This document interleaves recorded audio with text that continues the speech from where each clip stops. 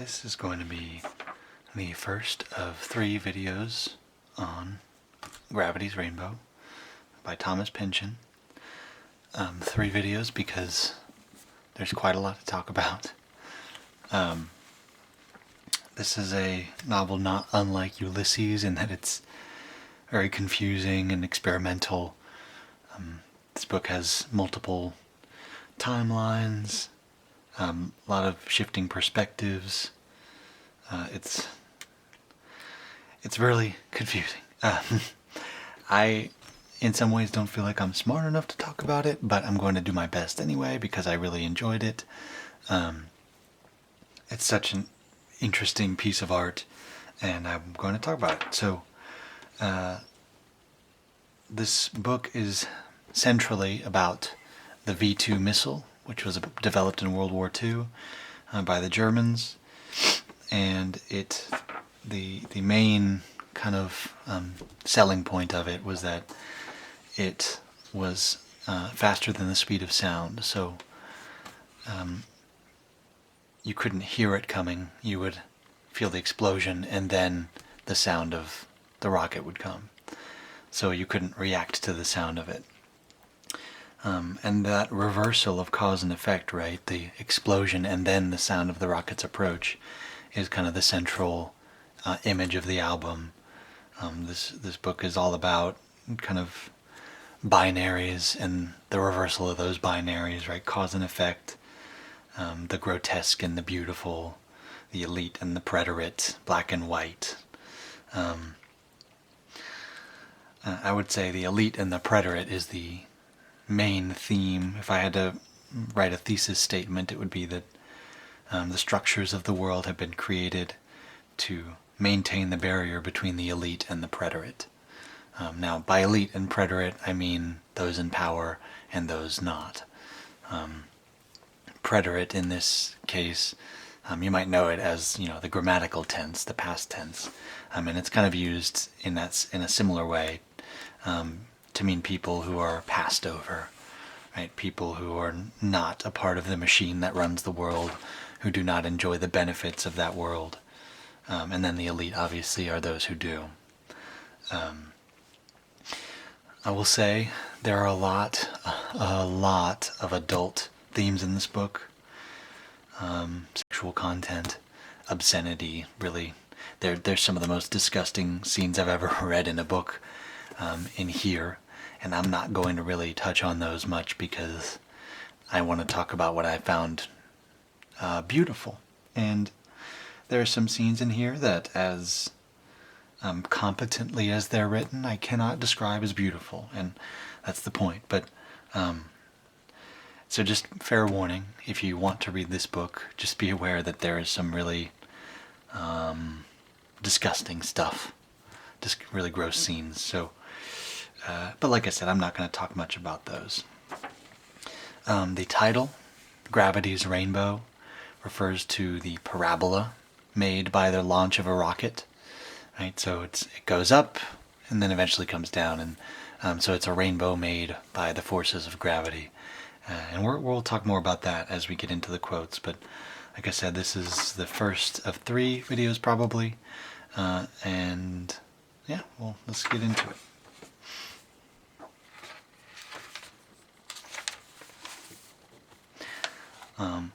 Often, as is the case in these videos, the first quote I've chosen is the first passage of the book.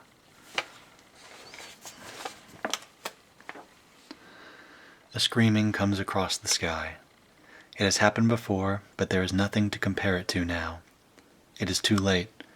The evacuation still proceeds, but it's all theater. There are no lights inside the cars, no light anywhere. Above him lift girders old as an iron queen, and glass somewhere far above that would let the light of day through. But it's night.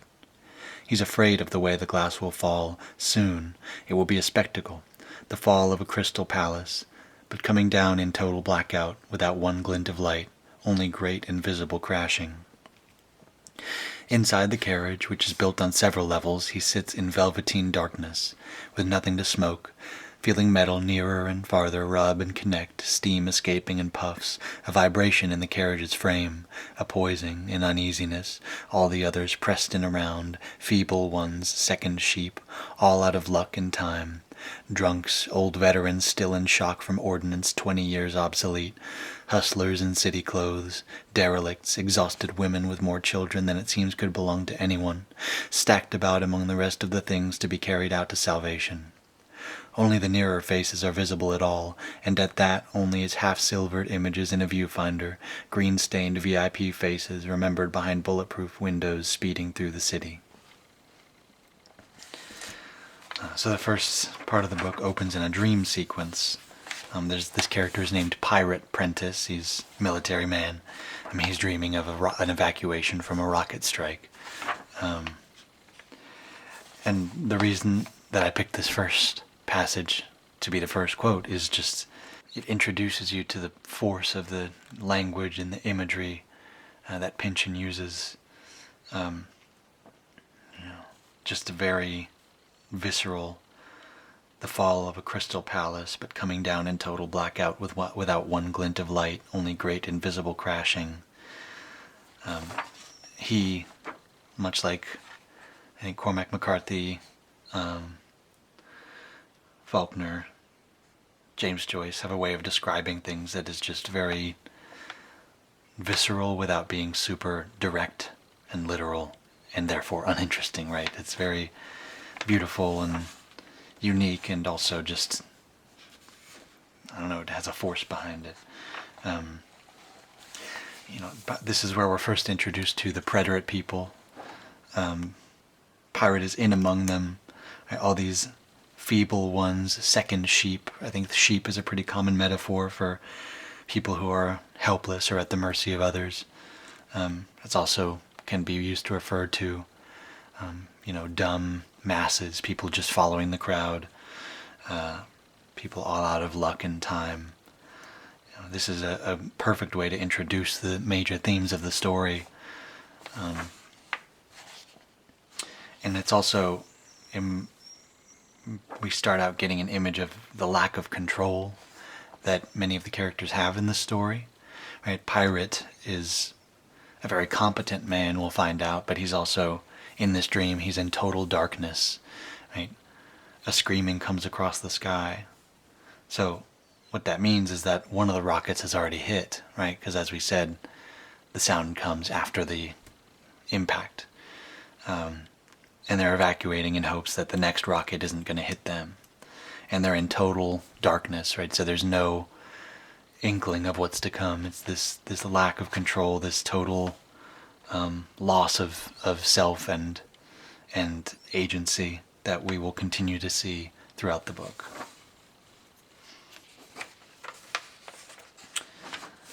So the next passage, shortly after, Pirate Prentice is awake now.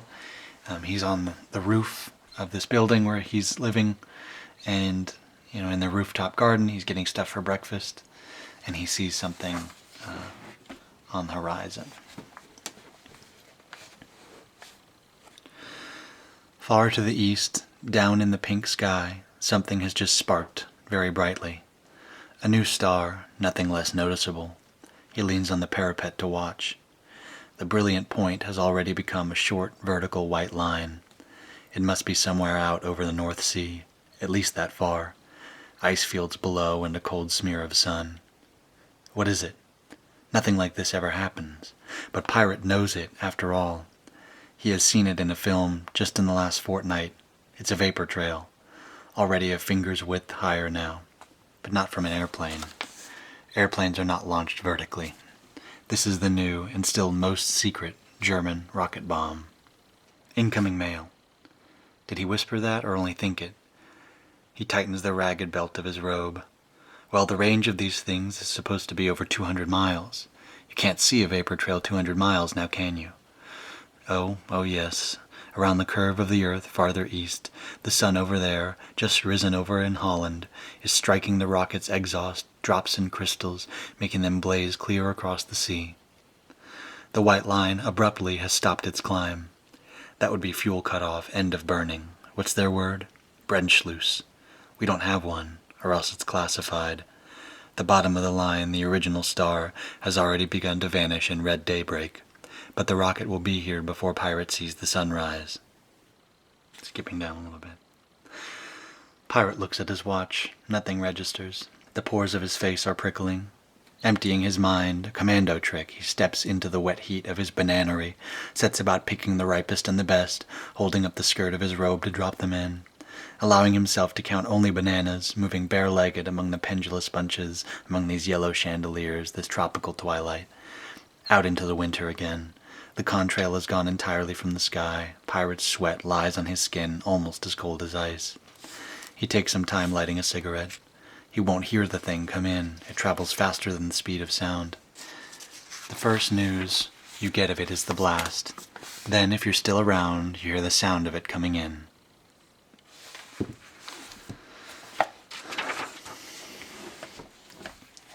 So Pirate sees the rocket launch, and I think the moment he realizes that it's a rocket, realizes that if it's going to hit them, it's already too late to do anything. So he decides to just go on picking his bananas for breakfast. There's that element of escapism, right? He's going into this tropical greenhouse, almost like he's on vacation, and then he has to go back out into the winter and face the reality that he may be dead very soon. But you notice he doesn't panic. He doesn't, go and tell the other military people that, we have to get together. We have to mount a defense, right? It's just, there's nothing that can be done. And so there, again, there's that loss of control. The Brennschluss, right, the point where the rocket fuel stops burning, is the point of no return, right? The point in the parabola at which gravity takes over and it's no longer in anybody's hands what happens to the rocket. There's a lot of mysticism around the rocket. There's some passages that almost give the rocket agency over where it lands. But the main kind of feeling you get is that it's essentially in nobody's hands anymore, right? It's a brute force of nature. This is where we're introduced to the reversal of cause and effect, right? This faster than the speed of sound, like I mentioned earlier. So this passage is a great introduction to the major fixation that all the characters will have on the rocket for the rest of the book. And it's just, again, striking imagery. Okay, next passage. We're following a different character now, named Teddy Bloat. There are going to be some crazy names in this book. He is Pirate's friend and colleague, and he's on a kind of reconnaissance mission. He's going to spy on somebody. But this passage is mostly, I just picked it for the imagery, the figurative language, the physicality of it. Flagstones are slippery with mist. It is the dark, hard, tobacco-starved, headachy, sour-stomach middle of the day. A million bureaucrats are diligently plotting death, and some of them even know it. Many about now are already into the second or third pint or highball glass, which produces a certain desperate aura here.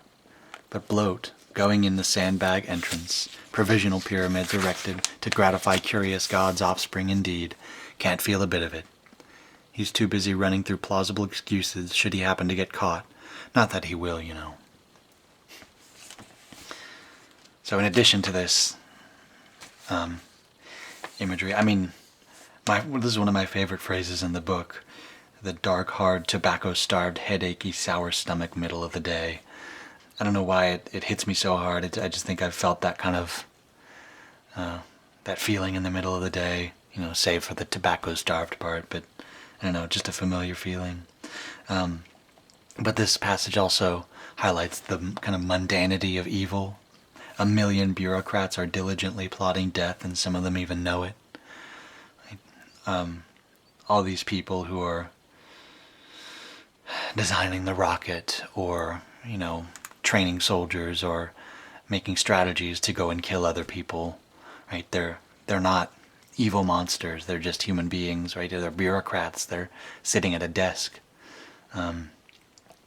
And a big point this book makes is that the war is fought kind of in conference rooms and offices.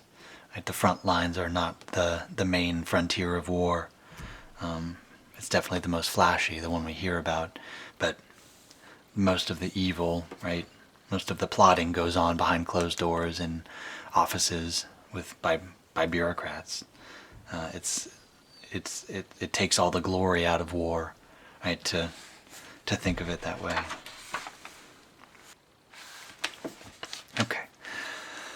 So this is where you'll be introduced to kind of the protagonist of the book. I can't say the hero, but he's a protagonist. His name is Tyrone Slothrop, also an army guy. And he's right now part of a rescue team trying to pull people from the wreckage of bomb strikes. So I'll read that.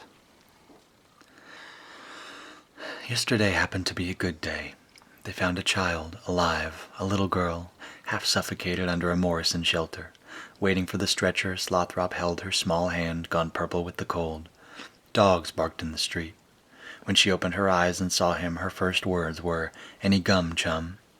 Trapped there for 2 days, gumless, all he had for her was a Thayer's slippery elm. He felt like an idiot.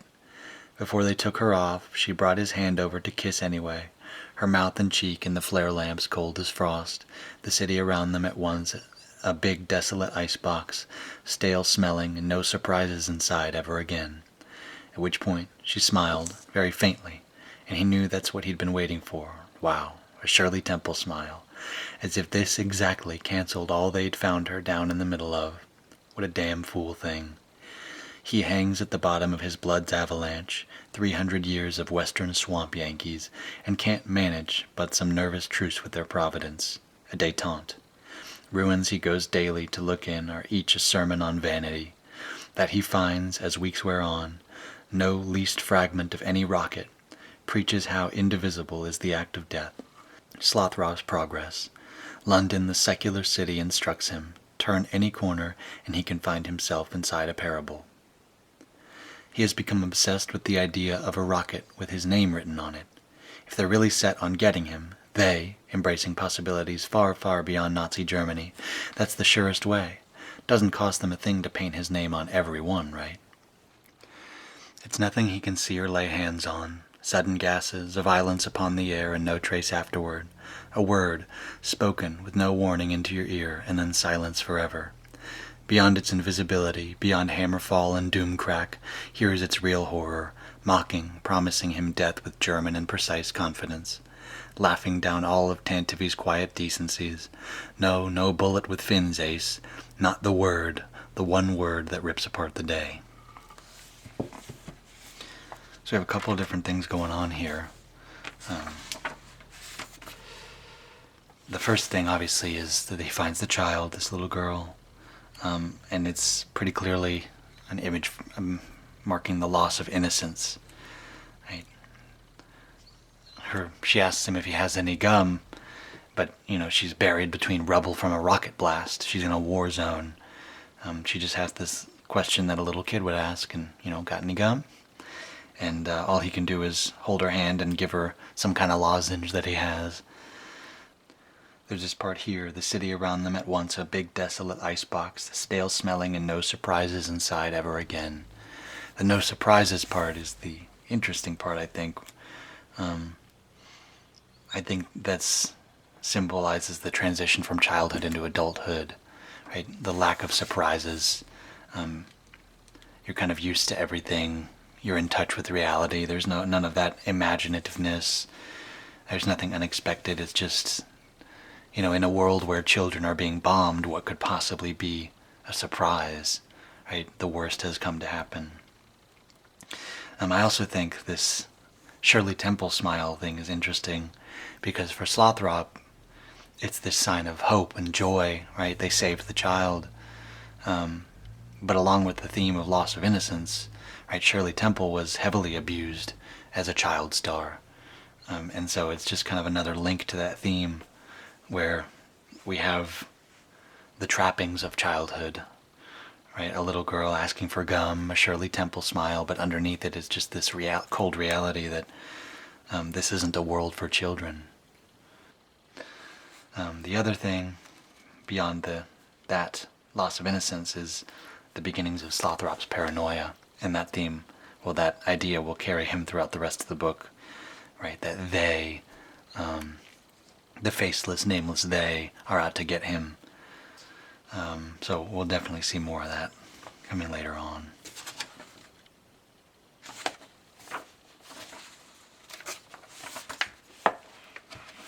Okay, still with Slothrop here. He's going back to his kind of childhood, and he's an American, and so he's thinking back to the Depression. Right, he grew up during the Great Depression, and yeah, I'll just read it and talk about it. The Depression, by the time it came, ratified what had been underway. Slothrop grew up in a hilltop desolation of businesses going under, hedges around the estates of the vastly rich, half-mythical cottages from New York lapsing back now to green wilderness or straw death. All the crystal windows, every single one smashed, Harrimans and Whitneys gone, lawns growing to hay, and the autumn's no longer a time for foxtrots in the distances, limousines and lamps, but only the accustomed crickets again, apples again, early frosts to send the hummingbirds away, east wind, October rain, only winter certainties. In 1931, the year of the great Aspinwall Hotel fire, young Tyrone was visiting his aunt and uncle in Lenox. It was in April, but for a second or two, as he was coming awake in the strange room and the racket of big and little cousins' feet down the stairs, he thought of winter, because so often he'd been wakened like this, at this hour of sleep, by Pop or Hogan, bundled outside, still blinking through an overlay of dream, into the cold to watch the northern lights. They scared the shit out of him. Were the radiant curtains just about to swing open? What would the ghosts of the north in their finery have to show him? But this was a spring night, and the sky was gusting red, warm orange, the sirens howling in the valleys from Pittsfield, Lenox, and Lee. Neighbors stood out on their porches to stare up at the shower of sparks falling down the mountainside, like a meteor shower, they said, like cinders from the 4th of July. It was 1931, and those were the comparisons. The embers fell on for 5 hours, while kids dozed and grown-ups got to drink coffee and tell fire stories from other years. So I wrote in my notes, I am enchanted. I just am in love with this language here. But only the accustomed crickets again, apples again, early frosts to send the hummingbirds away, east wind, October rain, only winter certainties. It's just so vivid. There's this really beautiful nostalgia that Tyrone has for his childhood. Even though it was in the Depression, even though all his family's neighbors were going poor and moving away or losing their houses, nature was taking back over the estates, right? He remembers playing out in the snow with his cousins, and what he's remembering specifically is a big fire, right? The Great Aspinwall Hotel fire. But it seems overall to have a positive connotation. One specific thing I want to point out is this passage right here, all the crystal windows, every single one smashed. That's a recurring image from the very first passage, right where Pirate Prentice imagines the big crystal windows over top of them shattering in complete darkness. And I really don't know what to make of the connection. I think my thoughts on it are that crystal windows are kind of this encapsulation of opulence or society. You have these crystal windows which are beautiful and transparent, right? So you can see through them. So you could imagine maybe the preterite, someone who is poor on the street looking in through a crystal window at a family, a wealthy family enjoying a dinner, or just in their house. So it could symbolize the separation between the elite and the preterite. The shattering of them could represent the turning over of the world order during the war. But we don't really see that entirely. As we'll see in later quotes, the ones in power are still holding the power, and the preterite are still at the mercy of those elite. So I'm not sure if that image really fits, but that's what came to mind for me. We also see here the metaphor of the war as a natural force, right? Slothrop, watching in the present day the bombings and the fires as the result of the bombings, he remembers the hotel fires, and he remembers the businesses going under, hedges around the estates lapsing back to green wilderness or straw death, right? So the entropy of war, right, the bombing and destruction, is likened to the natural forces reclaiming the earth. And so maybe there's something there of Pynchon implying that entropy is the natural state of the world, and that humans, in their attempts to control it, are only furthering it or accelerating it, right? Yeah. Okay, what's next? So we're introduced to Roger and Jessica. They both work in intelligence bureaus. Roger's a statistics man, and they are having an affair. Right? Jessica's married, but she and Roger are having an affair without her husband's knowledge, as is usually the case. So I'll just read this section. Once Roger and Jessica might have stopped, but they're both alumni of the Battle of Britain. Both have been drafted into the early black mornings and the crying for mercy, the dumb inertia of cobbles and beams, the profound shortage of mercy in those days. By the time one has pulled one's nth victim or part of a victim free of one's nth pile of rubble, he told her once, angry, weary, it has ceased to be that personal. The value of N may be different for each of us, but I'm sorry, sooner or later. And past the exhaustion with it there is also this. If they have not quite seceded from the war's state, at least they've found the beginnings of gentle withdrawal. There's never been the space or time to talk about it, and perhaps no need. But both know, clearly, it's better together, snuggled in, than back out in the paper, fires, khaki, steel of the home front. That, indeed, the home front is something of a fiction and a lie, designed not too subtly to draw them apart, to subvert love in favor of work, abstraction, required pain, bitter death. They have found a house in the stay-away zone, under the barrage balloons south of London.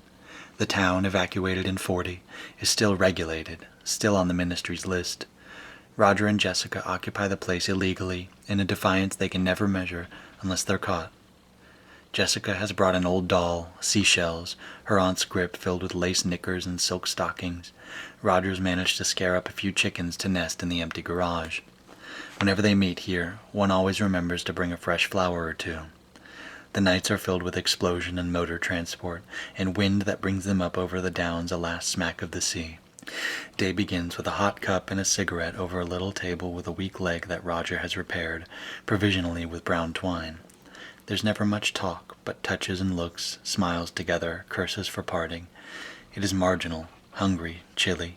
Most times they're too paranoid to risk a fire, but it's something they want to keep, so much that to keep it they will take on more than propaganda has ever asked them for.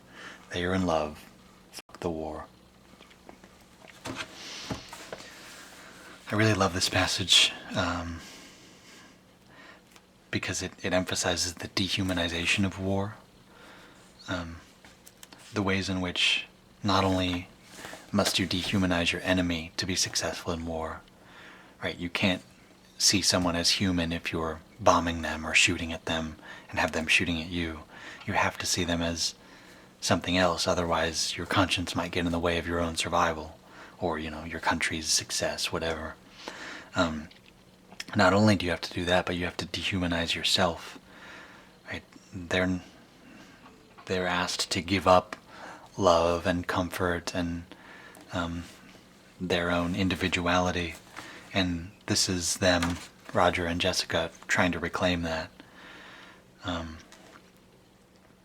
really love that Jessica brings an old doll, right? Roger brings some chickens in the garage. This paragraph is full of little details of how they've made this sanctuary, this this place they're staying illegally into a home. It's like each of those little acts is defiant against the notion that they're not allowed to be people anymore because of the war. Right? They are in love. Fuck the war. I think that last sentence is a little on the nose, but I think Pynchon is not known for his tenderness. His writing is typically not very sentimental, but I think these segments with Roger and Jessica, you get some of that, and I think I don't have a problem with that last little part, even if it is, even if it lacks some nuance, right? I don't think you need nuance in this particular scenario. I think it's a really beautiful idea, even if their efforts are kind of futile, right? Alright, so now this section is from The White Visitation. This is an organization that's kind of secretive.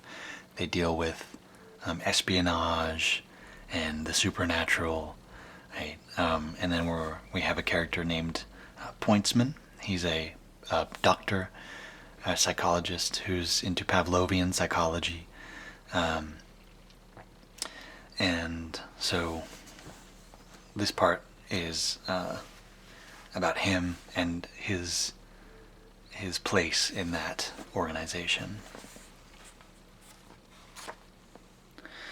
They all talk effectiveness, an American heresy, perhaps overmuch at the White Visitation. Loudest of all usually is Mr. Pointsman, often using for ammo statistics provided him by Roger Mexico. By the time of the Normandy landing, Pointsman's season of despair was well upon him. He came to understand that the great continental pincers was to be, after all, a success, that this war, this state he'd come to feel himself a citizen of, was to be adjourned and reconstituted as a peace, and that, professionally speaking, he'd hardly got a thing out of it. With funding available for all manner of radars, magic torpedoes, aircraft and missiles, where was Pointsman in the scheme of things? So again, another example emphasizing the bureaucracy of war. Right? They talk effectiveness, an American heresy. I think that's funny that in war they're forced to kind of adopt this American strategy of effectiveness, efficiency at all costs. I think this also, in contrast to the Roger and Jessica sections, illustrates a more cynical view of the world. Mr. Pointsman is kind of looking at down the barrel of the end of the war, right? He thinks that the Allies are going to be successful. He sees this, and he's angry or frustrated because he didn't get much out of it. There's this continual idea throughout the book of all these bureaucrats in high places kind of using the war as a tool for self-gain, right? They can, if you own a manufacturing plant, right, the war is great for you because, you know, the war machine needs your materials. If you're a capitalist, you can invest in more things, and you know, war is typically great for the economy. And so we see here that even the Allies, right, the good guys that we like to say, even they are kind of overcome with internal bickering and this jockeying for power.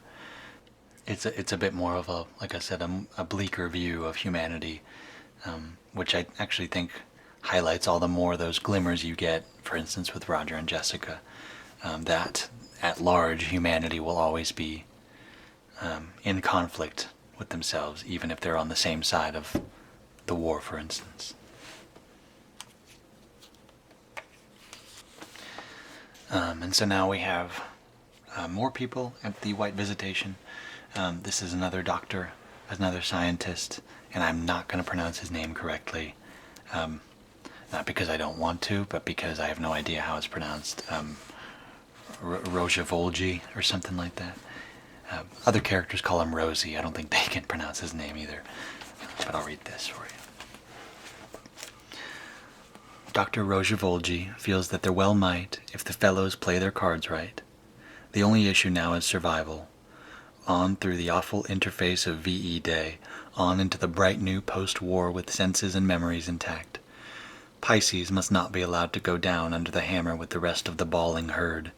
There must arise, and damned soon, able to draw them into a phalanx, a concentrated point of light, some leader or program powerful enough to last them across who knows how many years of post-war. Dr. Roger Volgi tends to favor a powerful program over a powerful leader. Maybe because this is 1945. It was widely believed in those days that behind the war, all the death, savagery, and destruction, lay the Führer principle. But if personalities could be replaced by abstractions of power, if techniques developed by the corporations could be brought to bear, might not nations live rationally? One of the dearest post-war hopes, that there should be no room for a terrible disease like charisma, that its rationalization should proceed while we had the time and resources. So, we have a continuation here of that kind of, like I said, that jockeying for power and self-benefit, right, on through the awful interface of VE Day, right? So, this Dr. Rosie, he still sees the end of the war as a bad thing, right? Something that must be overcome if they're in if their group is to survive. Pisces is another intelligence group that's mentioned here. Now, I do think there's something a little more optimistic going on. All right, the idea that because of all the terrible things that happened under Hitler, who came to power through being charismatic and a good speaker and knowing how to influence people, right? Rosie is hoping that in the aftermath of that, humanity can live more rationally. And I really like that idea. Unfortunately, I don't think it came to pass in the real world. Certain, well, politicians in America at least still very much get by on charisma and influencing the crowd. All right, a certain politician has used that to no end. So I think this optimism, Rosie's optimism, is maybe misplaced. Unfortunately, I don't think we really learned our lesson from that. I think you still have leaders who, even though they're not good for the country, rise based on charisma. Conversation Pointsman's having with Roger, Roger Mexico, and like I said, some interesting names. Pierre Genet. Sometimes the man talked like an oriental mystic. He had no real grasp of the opposites. The act of injuring and the act of being injured are joined in the behavior of the whole injury. Speaker and spoken of, master and slave, virgin and seducer, each pair more conveniently coupled and inseparable. The last refuge of the incorrigibly lazy, Mexico, is just this sort of yang-yin rubbish. One avoids all manner of unpleasant lab work that way. But what has one said? I don't want to get into a religious argument with you. Absence of sleep has Mexico more cranky today than usual, but I wonder if you people aren't a bit too, well, strong on the virtues of analysis. I mean, once you've taken it all apart, fine, I'll be first to applaud your industry, but other than a lot of bits and pieces lying about, what have you said?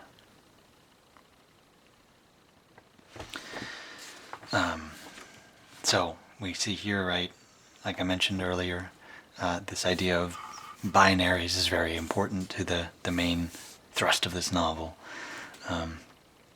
Pierre Genet was a father of psychology. He was one of the first people to talk about trauma affecting the subconscious and leading to maladaptive behaviors later in life. Right? He called them neuroses. But he also had a philosophical bent. And so, right, Pointsman talks about how he viewed opposites as codependent, right? They need each other to exist. And this idea will keep coming back, so we will talk about it more later. I really like this idea of the act of injuring and of being injured are joined in the behavior of the whole injury. I've thought a lot about what violence does to the perpetrator. Because what violence does to the victim is very apparent, but I think there is damage done to the person enacting the violence as well.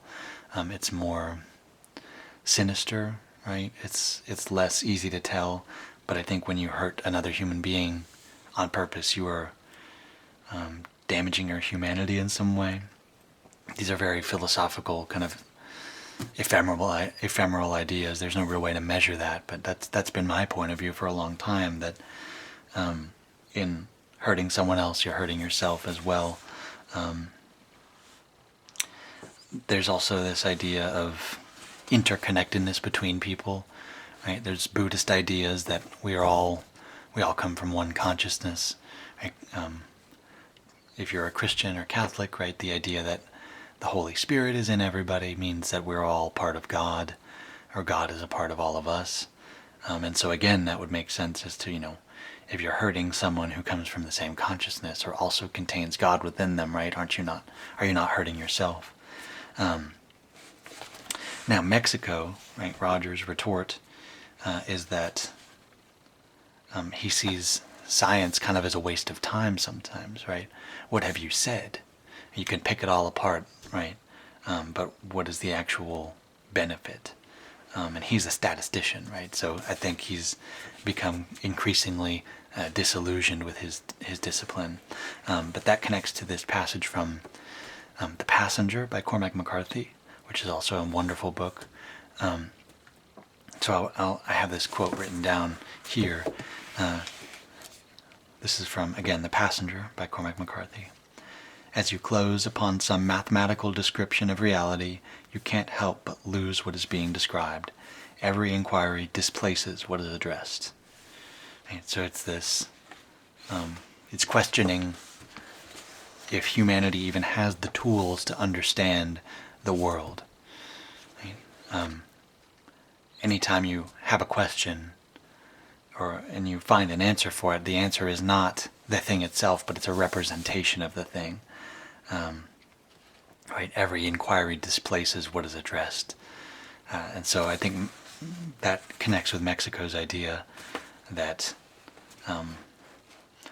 in looking at the fine minutiae of things, the data, right, are we not losing the forest for the trees? Right? Are we actually any better at understanding these things now that we have all this knowledge? And I think that's a really cool idea. Okay, so like I mentioned earlier, when Pointsman was talking about the white visitation and self-gain with the war, the bureaucracy of war, this passage more directly attacks that.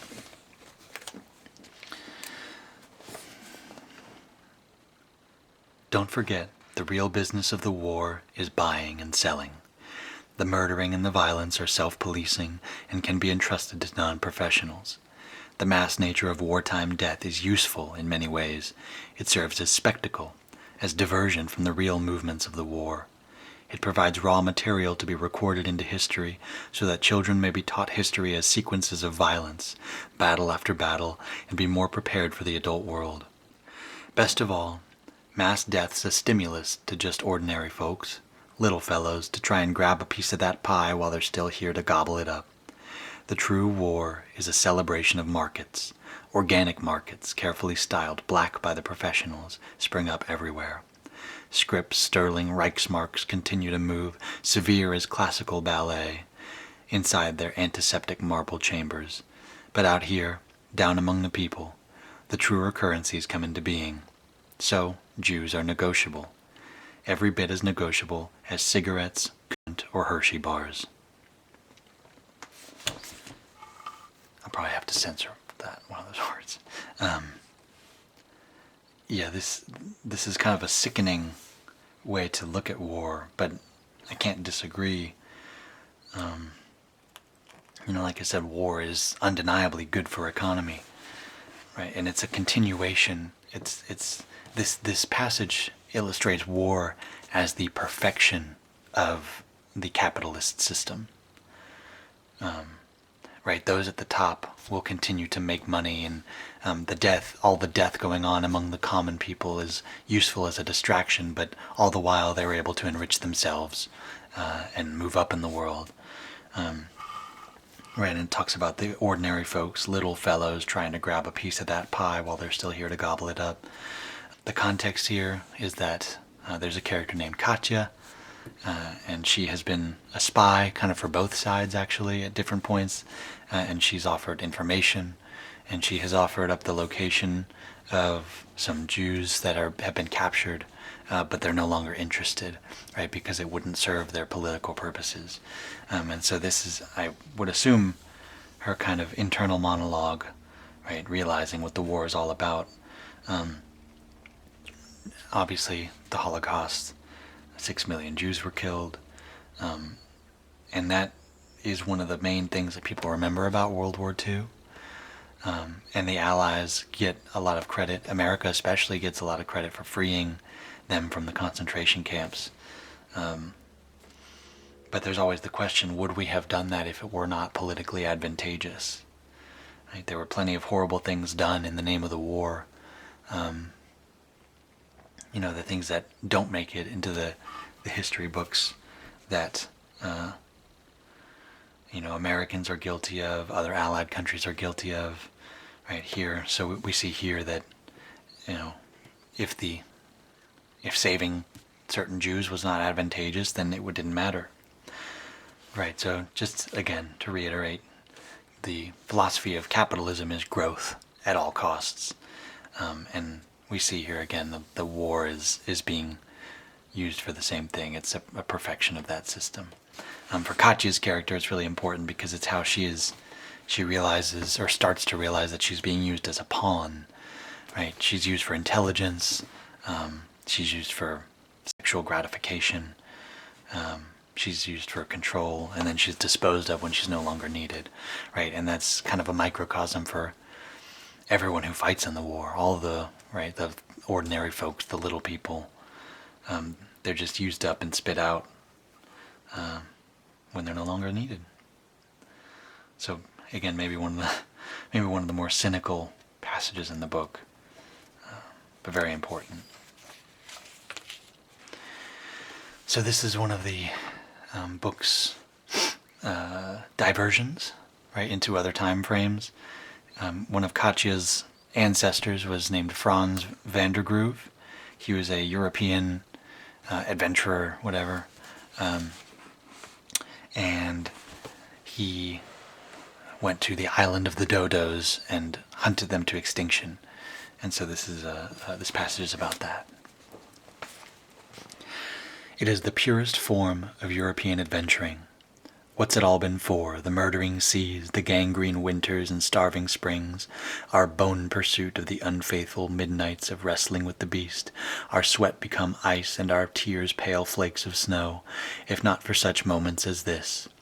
The little converts flowing out of Eye's field, so meek, so trusting. How shall any craw clench in fear, any recreant cry, be offered in the presence of our blade, our necessary blade. Sanctified now they will feed us. Sanctified their remains and droppings fertilize our crops. Did we tell them salvation? Did we mean a dwelling forever in the city, everlasting life, an earthly paradise restored, their island as it used to be given them back? Probably. Thinking all the time of the little brothers numbered among our own blessings. Indeed, if they save us from hunger in this world, then beyond, in Christ's kingdom, our salvations must be, in like measure, inextricable. Otherwise the dodos would be only what they appear as in the world's illusory light, only our prey. God could not be that cruel. It's pretty clear to me what's happening here is that the dodos are being used as a metaphor or a stand-in for colonialism at large. The way that European countries took advantage of underdeveloped nations, exploited them for resources and slaves, and took control of them. Right? The United Kingdom did that. America did that. The Netherlands, Belgium, almost every Spain did that. Almost every European developed country did that somewhere to some country. Right? And here we see the way that those behaviors, those conquests are justified, right? A lot of times Christianity is used to justify, right? We're civilizing the savages, we're bringing God to them. it refers to our blade, our necessary blade, sanctified now they will feed us. Right? If we can't view these behaviors as necessary, as sanctifying, we have to look at them for what they are, which is genocide and mass murder and exploitation, right? What European settlers did to the indigenous American populations, what was done in Africa, all of it. So it's a great insight into the kind of thinking that must have been used to justify those atrocities, those genocides. Back to Roger and Jessica. I should mention that the first time I tried to get through this book, I made it about halfway through, and then I gave up because I had no idea what was going on. And so the second time I went through, I used chapter summaries. After I finished each chapter, I would go and read through and make sure I understood everything.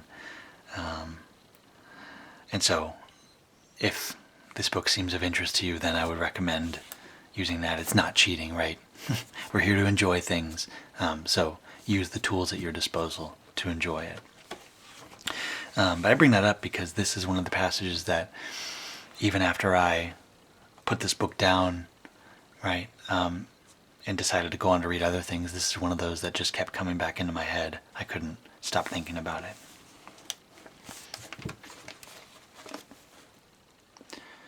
Through rain, then through dreaming glass, green with the evening, and herself in a chair, old-fashioned bonneted, looking west over the deck of earth, inferno red at its edges, and further in the brown and gold clouds.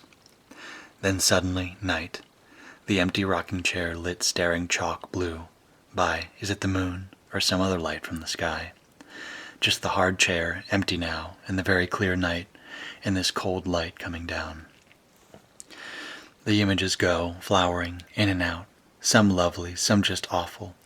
But she's snuggled in here with her lamb, her Roger, and how she loves the line of his neck all at once so. Why there, it is right there, the back of his bumpy head like a boy of 10's. She kisses him up and down the sour salt reach of skin that's taken her so, taken her night-lit along this high tendoning, kisses him as if kisses were flowing breath itself, and never-ending.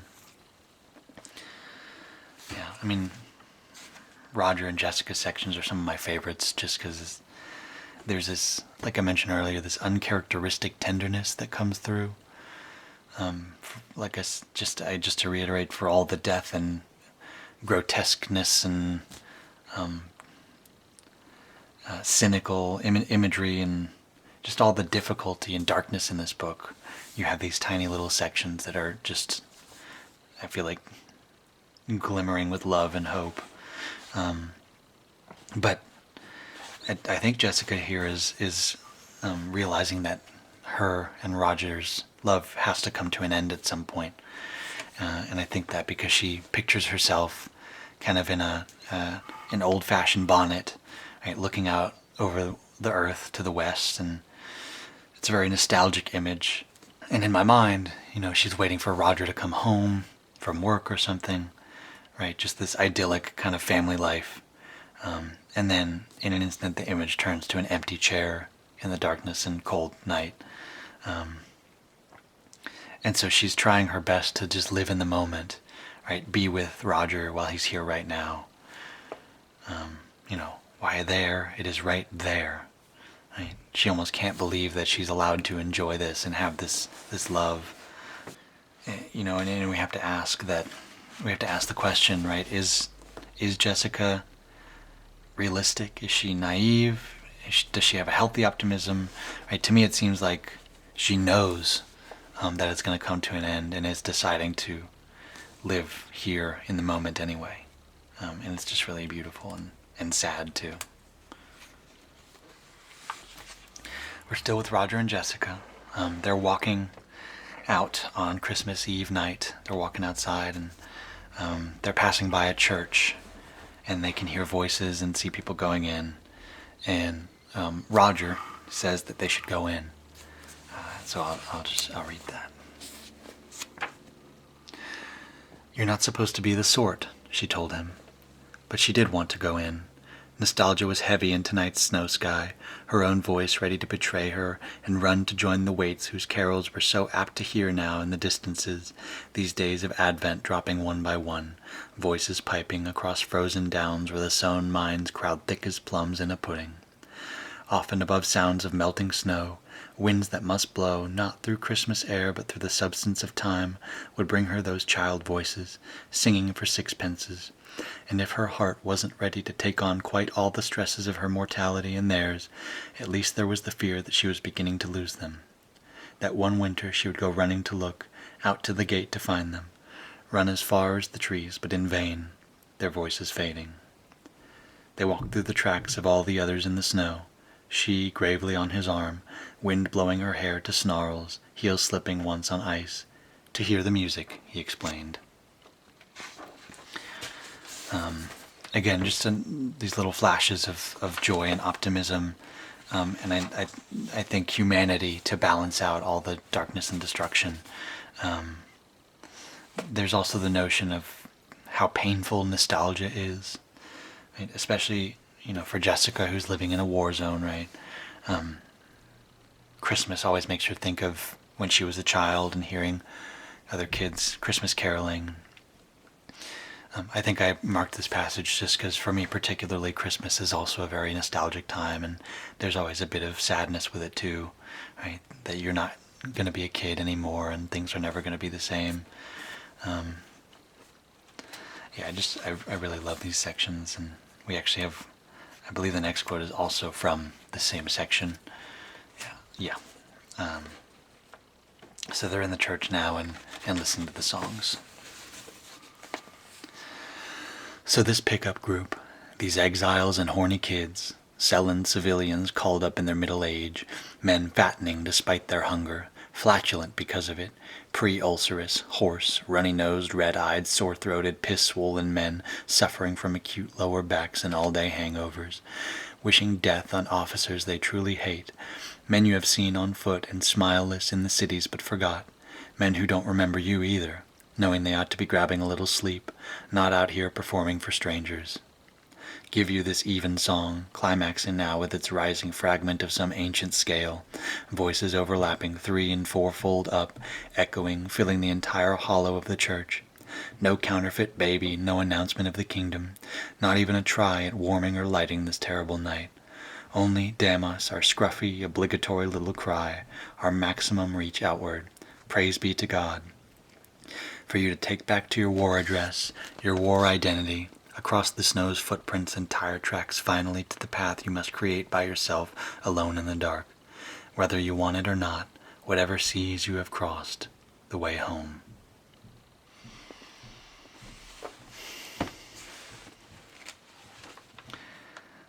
I think here we see a vindication of Jessica's clinging to the present moment, right? Her love with Roger. You have all these men, right, and they're described almost comedically, right, as this gross, really unpleasant group of people,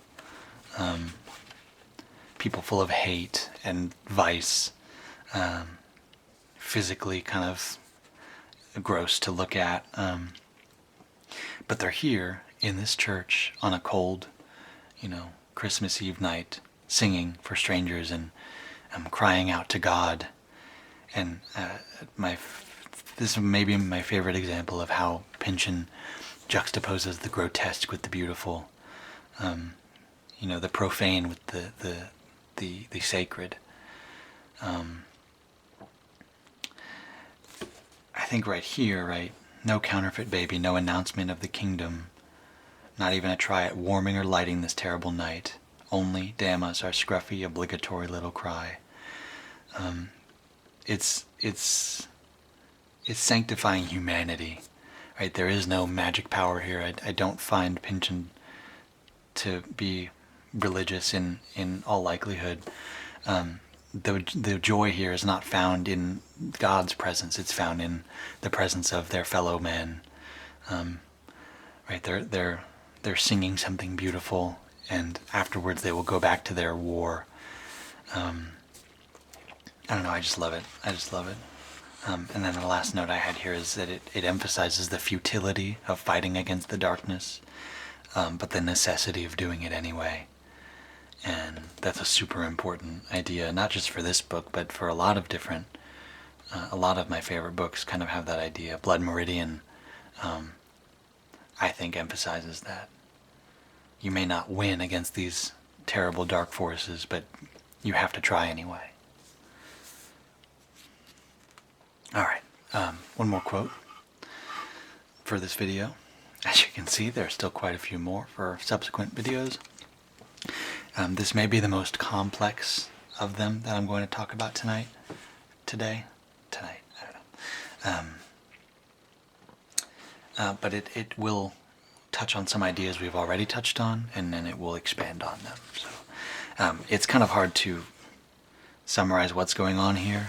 There are some German business moguls, and they've engaged in a seance with a Jewish business mogul who is dead. There's some supernatural stuff here going on, and they kind of want his advice or his blessing on their war machine, right? Their enterprises. So this is from the Rathenau, Walter Rathenau, the dead man who they're speaking to. Consider coal and steel. There is a place where they meet. The interface between coal and steel is coal tar. Imagine coal, down in the earth, dead black, no light, the very substance of death. Death ancient, prehistoric, species we will never see again. Growing older, blacker, deeper, in layers of perpetual night. Above ground, the steel rolls out, fiery, bright. But to make steel, the coal tars, darker and heavier, must be taken from the original coal. Earth's excrement, purged out for the ennoblement of shining steel. Passed over. We thought of this as an industrial process. It was more. We passed over the coal tars. 1,000 different molecules waited in the preterite dung. This is the sign of revealing, of unfolding. This is one meaning of mauve, the first new color on Earth, leaping to Earth's light from its grave miles and eons below. There is the other meaning, the succession. I can't see that far yet. But this is all the impersonation of life. The real movement is not from death to any rebirth. It is from death to death transfigured. The best you can do is to polymerize a few dead molecules, but polymerization is not resurrection. I mean your IG, General Director. Our IG, I should have thought, replies Smaragd with more than the usual ice and stiffness. That's for you to work out. If you prefer to call this a liaison, do. I am here for as long as you need me. You don't have to listen.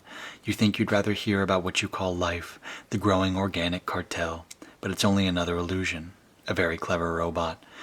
The more dynamic it seems to you, the more deep and dead in reality it grows. Look at the smokestacks, how they proliferate, fanning the wastes of original waste over greater and greater masses of the city. Structurally, they are strongest in compression. A smokestack can survive any explosion, even the shock wave from one of the new cosmic bombs. A bit of a murmur around the table at this, as you all must know. The persistence, then, of structures favoring death. Death converted into more death, perfecting its reign, just as the buried coal grows denser and overlaid with more strata. Epoch on top of epoch, city on top of ruined city. This is the sign of death the impersonator. That's a lot. So again, we talk about binaries, right? The main one that actually interests me here is the binary between black and white.